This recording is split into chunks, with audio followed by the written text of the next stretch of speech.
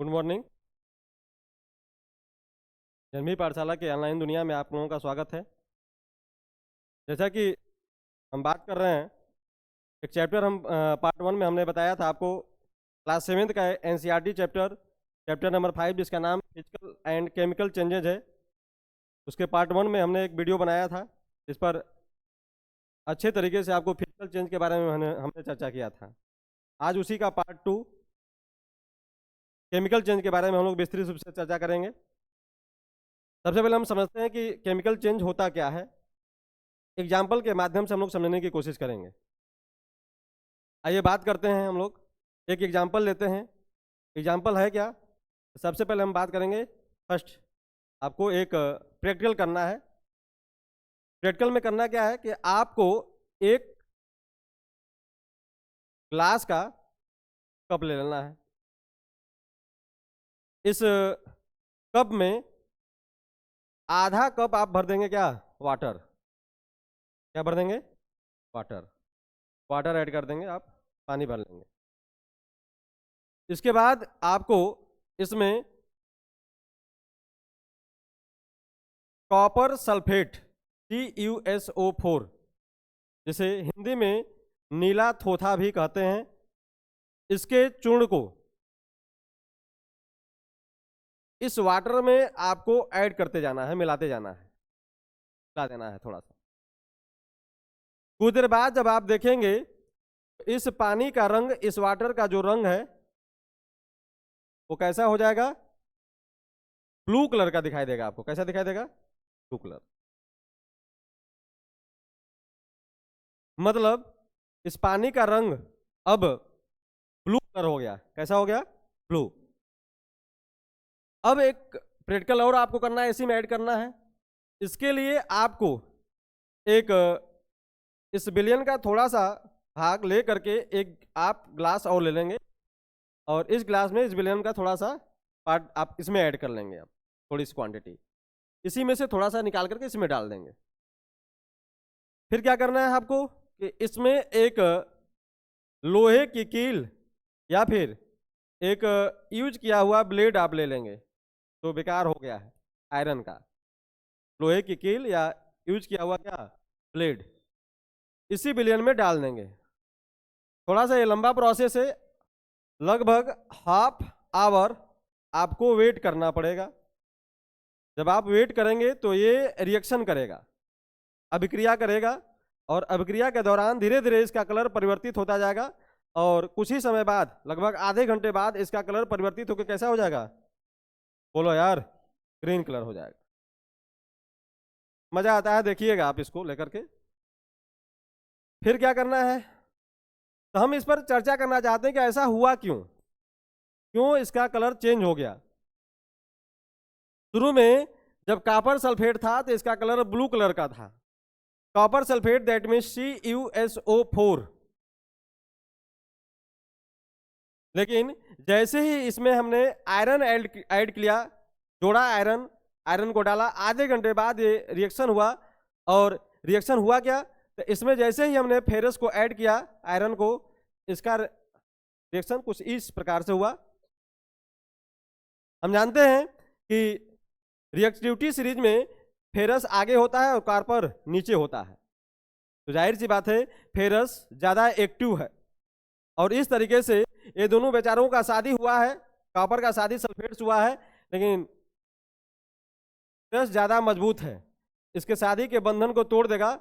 और इसकी जो वाइफ है सल्फेट, वो कॉपर को छोड़ करके सल्फेट के साथ चली जाएगी, मतलब सॉरी फेरस के साथ चली जाएगी। अर्थात अब रिएक्शन बदल के ये हो जाएगा copper plus FeSO4, that means ferrous sulphate बन जाएगा। यहां पर जो रिएक्शन हुआ वो कॉपर को हटा करके फेरस आके बैठा, आयरन आके बैठा, इसलिए ऐसे रिएक्शन को सब्स्टिट्यूशन रिएक्शन कहते हैं, प्रतिस्थापन रिएक्शन कहते हैं। और देखिए ना, यहां से कुछ अलग पदार्थ था, कुछ अलग चीजें थी, और यहां पर एक नया पदार्थ बना, फेरस सल्फेट, और इसी फेरस की वजह से इसका कलर कैसा हो गया? ग्रीन हो गया। कैसा हो गया भाई? ग्रीन। पास में आ गया। तो यहां पर एक अलग पदार्थ में परिवर्तित हो गया, अर्थात एक पदार्थ से एक नया पदार्थ का जन्म हुआ। ऐसे रिएक्शंस जिसमें एक नए पदार्थ का निर्माण हो, ऐसे रिएक्शंस को या ऐसी परिवर्तन को हम लोग केमिकल चेंजेज कहेंगे, जिसमें इस पदार्थ का गुण, जो पुराना पदार्थ है उसका गुण नए वाले गुण से कोई लेना देना नहीं है। कुछ समझ में आ गया? बोलिए। आइए एक दो एग्जांपल्स और लेते हैं हम लोग, थोड़ा सा और चर्चा करते हैं इस विषय में, थोड़ा सा और क्लियर आपको समझ में आएगा। केमिकल रिएक्शन में एक नया पदार्थ का बनना होता है। दूसरी चीज कि इसमें रिएक्शन जो होगा इरिवर्जिबल होगा। मतलब अगर ए से बी बन रहा है, ए से क्या बन रहा है? बी, तो बी से ए पुनः नहीं बनेगा। This reaction is called irreversible reaction. इसे हिंदी में अनुत्क्रमणीय अभिक्रिया कहते हैं।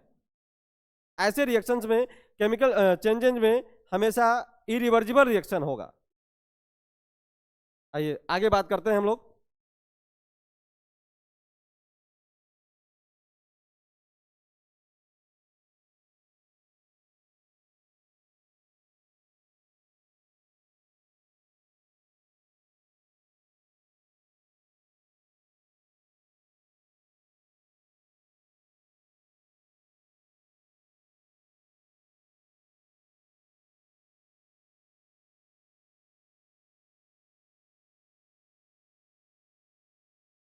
एक अलग एग्जांपल, थोड़ा सा बिल्कुल अलग हटके, आपको एक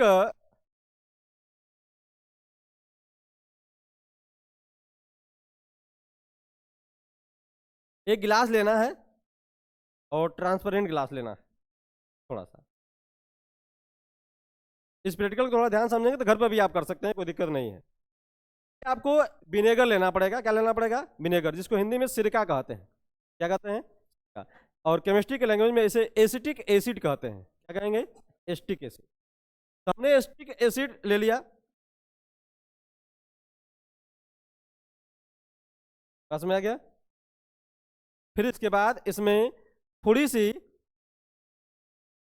बेकिंग पाउडर मिला देंगे। क्या मिला देंगे? Baking powder. बोलो यार। बेकिंग पाउडर, इसमें पहले से क्या था? एसिटिक एसिड अर्थात विनेगर, सिरका पहले से है मिलाया हुआ। थोड़ी देर बाद जब आप कान लगा के ध्यान से सुनेंगे तो इसमें बुदबुदाहट की आवाज आएगी। ये बुदबुदाहट की आवाज किस वजह से हो रही है, तो थोड़ा सा आपको केमिकल के माध्यम से आपको समझाते हैं कि है क्या। जैसे ही इस विनेगर में एसिटिक एसिड में, एसिटिक एसिड हम शॉर्टकट में लिख रहे हैं एसिटिक एसिड, ठीक है, और इसमें हमने बनाया क्या? खाने का सोडा अर्थात बेकिंग पाउडर, NaHCO3, ठीक है, समझ में आया? इसमें जो यहां से जो गैस बनेगी इसका नाम है कार्बन डाइऑक्साइड। ये कार्बन डाइऑक्साइड गैस बनेगी इसमें से, जो बुदबुदाहट की आवाज ऊपर से आ रही है, ठीक है। कौन सी गैस बनी? Carbon dioxide. बुदबुदाहट की तरह अगर निकल रहा है तो कौन सी गैस है? Carbon dioxide. ये इसी वजह से हुआ है क्योंकि हमने एसिटिक एसिड में खाने का सोडा जैसे मिलाया तो यहां से कार्बन डाइऑक्साइड रिलीज होगा। क्या होगा? रिलीज हुआ। अब इस कार्बन डाइऑक्साइड को किसी माध्यम से, पाइप के माध्यम से हम लोग एब्जॉर्ब करेंगे, इसको इकट्ठा करेंगे, और इकट्ठा करके हम इसे एक दूसरे प्रैक्टिकल के थ्रू आएंगे। थोड़ा सा यहाँ पर एक बर्तन ले लेंगे हम लोग, ठीक है, और इस बर्तन में क्या होगा? चूने का पानी ले लेंगे। क्या ले लेंगे? चूने का पानी। चूने के पानी का फॉर्मूला क्या होता है? CaOH का होल ट्वाइस। ताजा चूने का पानी लेकर के, और इस एक गैस जो आ रही है कार्बन डाइऑक्साइड, इसको इसमें प्रवाहित करेंगे, डालेंगे। तो ये गैस जब उसमें मिलेगी ना तो इसका कलर आपको परिवर्तित होता नजर आएगा, और इसका कलर हो जाएगा दूधिया कलर का, मतलब दूध जैसा कलर आपको दिखाई देगा। तो दूध कैसे बना? तो जैसे ही हम लोग कार्बन डाइऑक्साइड का रिएक्शन हमने इससे कराया, चूने के पानी से कराया, ये बन गया दोस्त CaCO3। दिस इज चूना, पत्थर। क्या है भाई, चूना पत्थर, कैल्शियम कार्बोनेट है, क्या है, कैल्शियम कार्बोनेट। और इसी वजह से इसका रंग कैसा दिखाई दिया आपको, दुधिया कलर का दिखाई दिया है, यही पदार्थ बना है इसकी वजह से। पेपर वाला कभी कभी पूछता है खाने का सोडा अर्थात बेकिंग पाउडर का फार्मूला बता दीजिए, तो उसे NaHCO3 भी कहते हैं, जिसे सोडियम बाइकार्बोनेट या सोडियम हाइड्रोजन कार्बोनेट के नाम से भी जाना जाता है, केमिकल नेम है इसी का। एक जैसे खाने वाला सोडा भी होता है, एक वॉशिंग पाउडर भी होता है, तो उसका फार्मूला होता है Na2CO3 सोडियम कार्बोनेट, पेपर में आएगा सब। चलिए आगे हम बात करते हैं, हम केमिकल रिएक्शन की डिफिनीशन लिखना चाहते हैं, तो केमिकल रिएक्शन की डिफिनीशन क्या होगी थोड़ा समझते हैं हम लोग।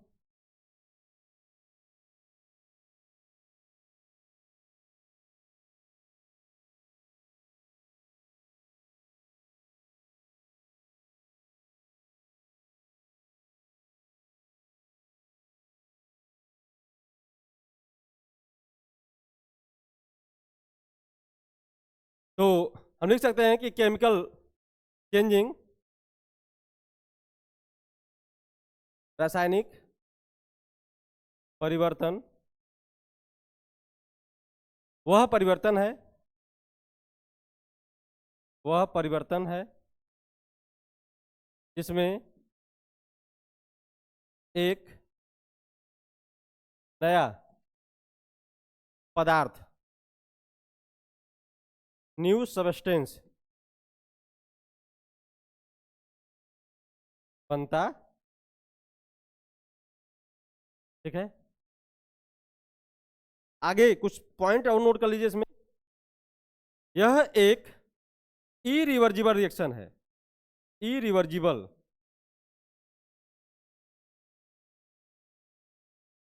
रिएक्शन होता है, अर्थात अनुत्क्रमणीय कहते हैं इसमें, क्या कहेंगे, अनुत्क्रमणीय अभिक्रिया। जैसे ए से अगर बी बन गया तो फिर बी से ए नहीं बनेगा, ऐसे रिएक्शंस को अनुत्क्रमणीय रिएक्शन कहते हैं, अनुत्क्रमणीय अभिक्रिया कहते हैं। Chemical change is also called chemical reactions, समझ में आ गया।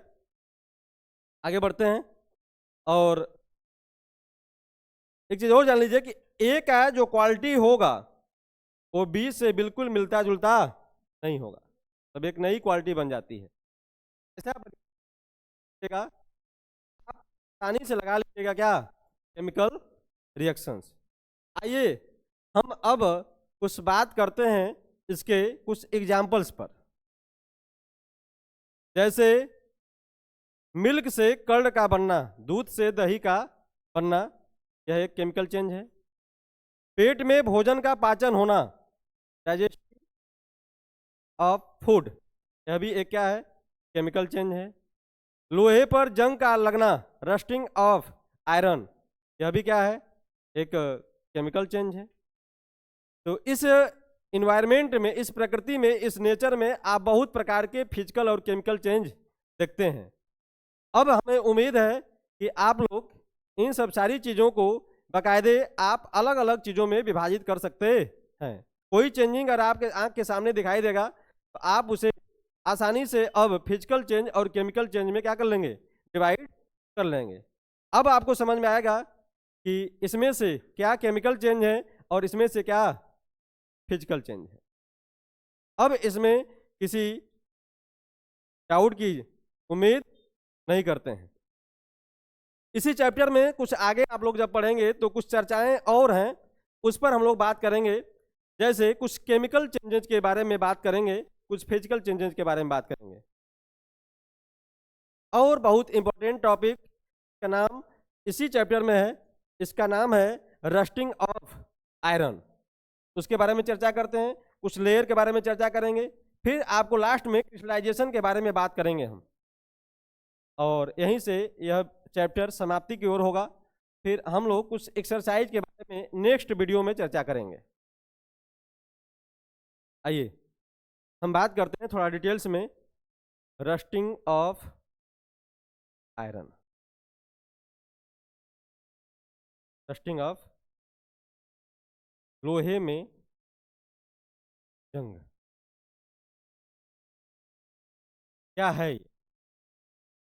बात करते हैं, आइए।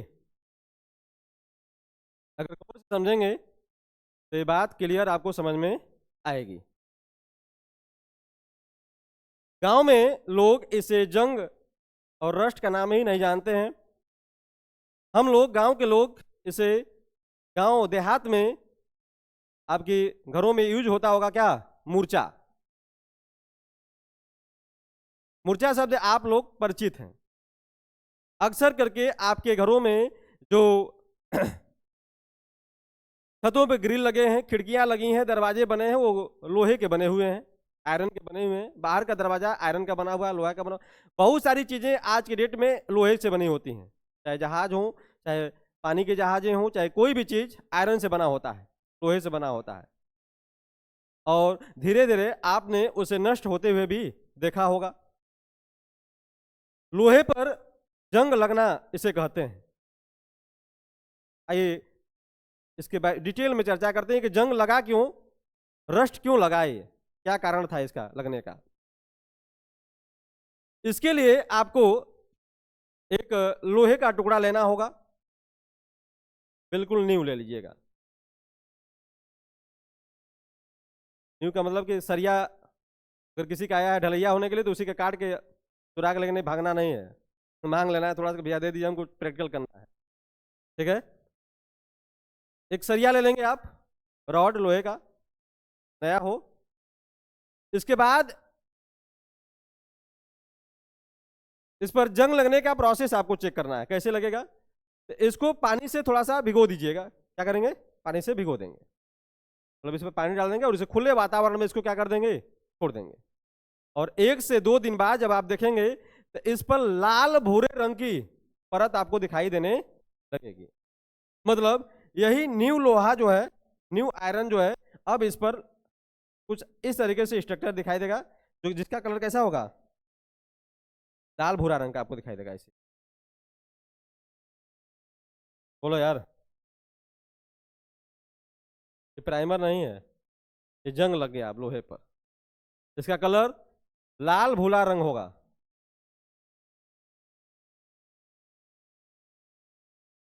ये बिल्कुल नया पदार्थ बना है इस पर, इस लोहे पर एक नए पदार्थ की उत्पत्ति हुई है यहाँ पर। और इसको बनने के लिए 2 चीजों का होना बहुत जरूरी है। सबसे पहली कंडीशन ये है कि आपके पास ऑक्सीजन होना चाहिए। दूसरी चीज, इसके लिए नमी अर्थात ह्यूमिडिटी अर्थात H2O का होना बहुत जरूरी है। ये 2 चीजें अगर रहेंगी तभी रस्ट लगेगा किस पर, लोहे पर। इन 2 चीजों की उपस्थिति में ही लोहे पर जंग लगता है, रस्टिंग ऑफ आयरन होता है। आइए थोड़ा सा चर्चा करते हैं इस पर। जैसे लोहा है, क्या केमिकल स्ट्रक्चर पर समझते हैं लोहा, और इस पर रिएक्शन हुआ ऑक्सीजन, प्लस रिएक्शन हुआ किसका, H2O। तो थोड़ी ही देर बाद बदल जाएगा रिएक्शन और हो जाएगा Fe2O3। और यही क्या है, रस्ट है। यही क्या है दोस्त, रस्ट है। आयरन ऑक्साइड, मतलब कुल मिला जुला के आयरन ऑक्साइड को ही रस्ट कहते हैं। यह एक क्षय प्रक्रिया है, ये धीरे धीरे लोहे को नष्ट कर देगा, खत्म हो जाएगा लोहा। आप लोगों ने परत दर परत आपको उखड़ते हुए देखा होगा, और अंततः यह लोहा क्या हो जाएगा, खत्म हो जाएगा। हम लोग अक्सर करके हर चीजों में लोहे का यूज करते हैं क्योंकि ये सस्ता भी है, और सस्ता के साथ साथ जो है आसानी से अवेलेबल भी मिल जाता है हमें, इसलिए हम लोग लोहे का यूज करते हैं। तो रस्टिंग ऑफ आयरन यह एक केमिकल चेंज है जो एक लंबी प्रक्रिया के दौरान लोहे धीरे धीरे उस मिट्टी में क्या हो जाते हैं, मिल जाते हैं। तो रस्टिंग ऑफ आयरन आपको समझ में आया। रस्टिंग ऑफ आयरन या Fe2O3 को कहते हैं, जिसका कलर लाल भूरा रंग होता है, रेड ब्राउन कलर का होगा ये। इसके ऊपर बनने के लिए 2 कंडीशन की जरूरत है, ऑक्सीजन प्लस H2O। आप लोगों ने जहाजों को चलते हुए देखा होगा, वो सब टोटल लोहे के बने हुए हैं, लेकिन वो खराब जल्दी नहीं होते हैं। तो आइए हम अगले टॉपिक में बात करेंगे कि इस जंग से कैसे बचा जाए। बचाव क्या है, किसे, किंग ऑफ आयरन से। आइए,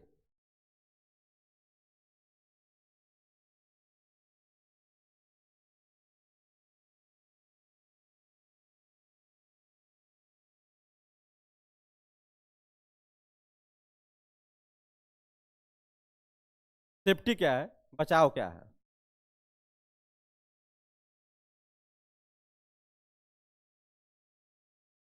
सेफ्टी, कैसे सेफ्टी किया जाए इसे, किसे, रस्ट ऑफ आयरन से, आयरन को कैसे बचाया जाए। तो आप लोगों ने गांव में दीपावली या किसी पर्व पर दरवाजों खिड़कियों को पेंट करते हुए अवश्य ही देखा होगा। आप लोग भी करते हैं दिवाली के मौसम में, जब त्यौहार आता है या फिर कोई त्यौहार आता है, लेकिन आपको बस यही लगता है कि हमारा दरवाजा कैसा हो जाएगा, नया हो जाएगा, अच्छा लगने लगेगा। आप लोगों ने कभी गौर से नहीं ध्यान दिया होगा कि ऐसा क्यों किया जा रहा है।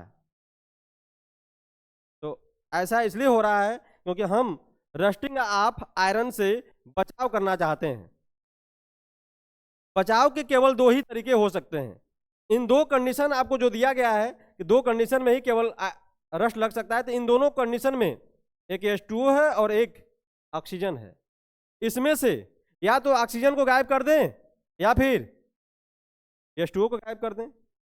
उस लोहे से संपर्क से या तो ऑक्सीजन से दूरी बना लें या फिर किसे बना लें, H2O से दूरी बना लें, या फिर इन दोनों से ही दूरी बना लिया जाए, से दोनों से।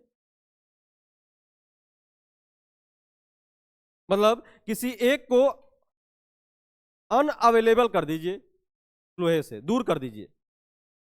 जैसे ही दूर करेंगे तो रस्टिंग नहीं लगेगा, रस्ट ऑफ आयरन नहीं होगा, मतलब लोहे में जंग नहीं लगेगा। इसके बहुत सारे मेथड हैं। सबसे पहला मेथड यही है कि आप पेंट कर दीजिए। क्या कर दीजिए, पेंट, बाई पेंटिंग। आप लोगों ने पेंट के माध्यम से भी आप उस लोहे को जंग से क्या कर सकते हैं, बचा सकते हैं, रस्ट से बचा सकते हैं। दूसरा, ग्रीस या आयल लगा करके इस पर ग्रीस पोत दीजिए या फिर क्या कर दीजिए, आयल लगा दीजिए, तेल लगा दीजिए। तो हवा के संपर्क से, नमी के संपर्क से क्या हो जाएगा, वो बच जाएगा। और जैसे ही बच जाएगा तो रस्ट नहीं लगेगा उस पर। आप लोगों ने देखा होगा।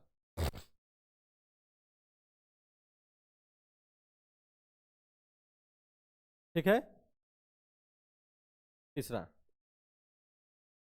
एक बड़ा ही अच्छा सा मेथड जिसे आजकल बहुत धड़ल्ले से यूज किया जा रहा है। लोहे की बनी चीजों को अच्छा देखने में अच्छा भी दिख रहा है और इसके साथ साथ यह जंग से क्या हो जाता है, बच भी जाता है, मोर्चे से बच जाता है। इसके लिए आपको करना क्या है कि एक मेथड आजकल चल रहा है जिसका नाम है गैल्वेनाइजेशन।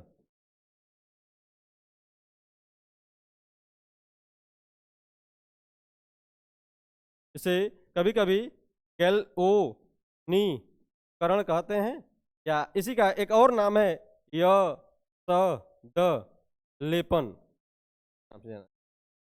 यसद लेपन कहते हैं इसको। यह वह प्रक्रिया है जिसमें किसी लोहे को उस रस्ट से क्या किया जाता है, बचाया जाता है। इसमें कुछ नहीं करना है दोस्त। इसमें एक बॉक्स होता है, गड्ढा होता है टाइप का, और इसमें क्रोमियम और जिंक, क्रोमियम और जिंक, क्रोमियम और जिंक। क्रोमियम एक ऐसी धातु है जिस पर जंग नहीं लगेगा। जिंक भी एक ऐसी धातु है जिस पर जंग, रस्ट नहीं लगेगा। तो क्रोमियम और जिंक को पिघली हुई अवस्था में एक बर्तन में रखा जाता है पहले। और मान लीजिए हमें ये लोहे का चीज है, लोहे की वस्तु है, तो इसे इसमें ले जाकर क्या कर देंगे, डिप कर देंगे, डुबो देंगे, और डुबो करके इसमें से क्या कर लेंगे, हम बाहर निकाल लेंगे। तो इससे इस पर एक परत जम जाएगी, किसकी, या तो क्रोमियम की या फिर जिंक की। अब ये डायरेक्ट आयरन संपर्क में हवा के नहीं आएगा, और इस तरीके से वह आयरन क्या हो जाएगा, रस्ट से बच जाएगा। इस मेथड को गैल्वेनाइजेशन कहते हैं, हिंदी में गैल्वेनीकरण कहते हैं। इसे गैल्वेनाइज्ड आयरन को जीआई के नाम से जाना जाता है, मार्केट में बिकता है। वो लोग बोलते हैं जीआई, जीआई मतलब गैल्वेनाइज्ड आयरन है। पर लेप चढ़ गया है क्रोमियम या जिंक का। बहुत सारे और मेथड हैं इसके, कुछ और मेथड है, जैसे एलॉइंग कर दिया जाए, मिश्र धातु बना दिया जाए दोस्त, एलॉइंग कर दिया जाए, मिश्र धातु बना दिया जाए, अर्थात पिघली हुई अवस्था में दो या दो से अधिक धातुओं को एक साथ मिला दिया जाए तो उसकी प्रॉपर्टी पहले से बिल्कुल अलग हो जाए।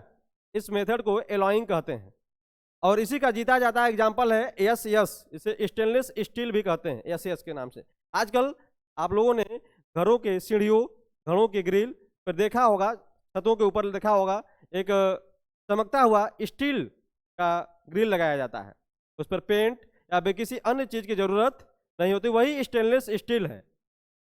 इसमें हुआ क्या है, तो इसमें बनाया गया एलॉइंग कैसे किया गया, तो इसमें कार्बन, आयरन और इसके साथ साथ क्रोमियम, निकिल, है ना, और इसके साथ साथ मैग्नीशियम को एक साथ मिला करके एक नया धातु बनाया गया जिसका नाम है यस। इस मेथड को एलॉइंग कहते हैं, एलॉय कहते हैं, एस एक एलॉय है। इस माध्यम से देखिए लोहा, लोहा सेफ हो गया, इन सबको मिला दिया गया तो लोहा क्या हो गया, सेफ हो गया, बच गया। अब इस पर जंग नहीं लगेगा। इस पर आप दोनों ने देखा होगा पेंट लगता है क्या, इस पे नहीं लगता है, ये चमकता रहेगा हमेशा के लिए, जल्दी खराब भी नहीं होगा। इस मेथड को एलॉइंग कहते हैं। अगले क्लास में 8th में आप लोग पढ़ेंगे इलेक्ट्रोप्लेटिंग। इलेक्ट्रिक के माध्यम से एक पदार्थ पर, एक धातु पर दूसरे धातु की परत चढ़ा देना इलेक्ट्रोप्लेटिंग कहलाती है। इसके माध्यम से भी हम लोग जंग या आयरन रस्ट से क्या कर सकते हैं, बच सकते हैं। ठीक है, तो हमें उम्मीद है कि आपको फिजिकल चेंज आपको अच्छे तरीके से समझ में आया होगा, सॉरी केमिकल चेंज अच्छे तरीके से आपको समझ में आया होगा। और केमिकल चेंज के बारे में जो है हमने डिटेल में चर्चा किया। अगले दिन नेक्स्ट वीडियो में पार्ट 3 में हम लोग दो चीज़ों के बारे में बात करेंगे, एक ओजोन लेयर के बारे में और दूसरा क्रिस्टलाइजेशन के बारे में बात करेंगे। और इसी के साथ हम लोग वीडियो को समाप्त करते हैं। कोई डाउट हो तो कमेंट बॉक्स में आप लोग जरूर लिखिए। धन्यवाद।